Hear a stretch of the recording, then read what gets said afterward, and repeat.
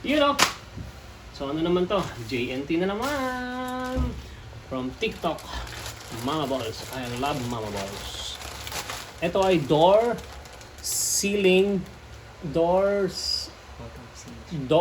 bottom ceiling strip. Oh, again ha. Door bottom ceiling strip. Oh ha. Ayan. So ano to? Para lang to sa ano, para dun sa mga para lang bang gumanda yung ano, para gumanda.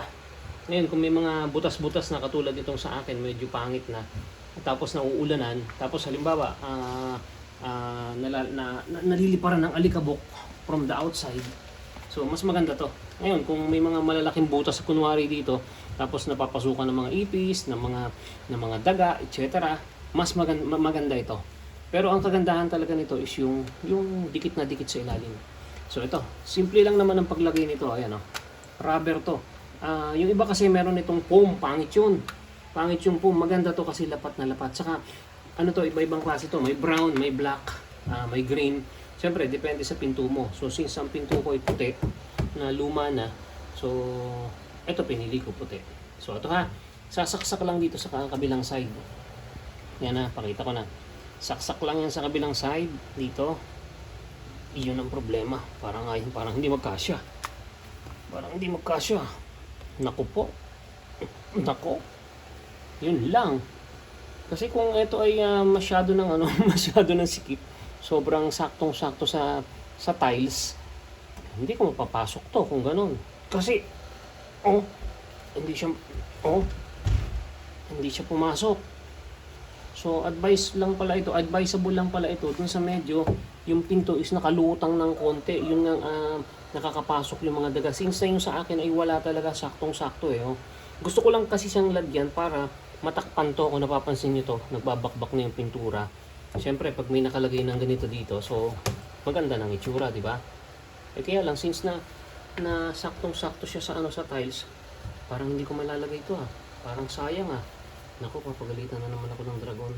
Bumili na naman ako ng nang hindi ko na nagamit. Pero mura lang naman to, 68 pesos lang naman to Ayan so basta ganun Ayan, since hindi magkasya, dito ko siya ilalagay.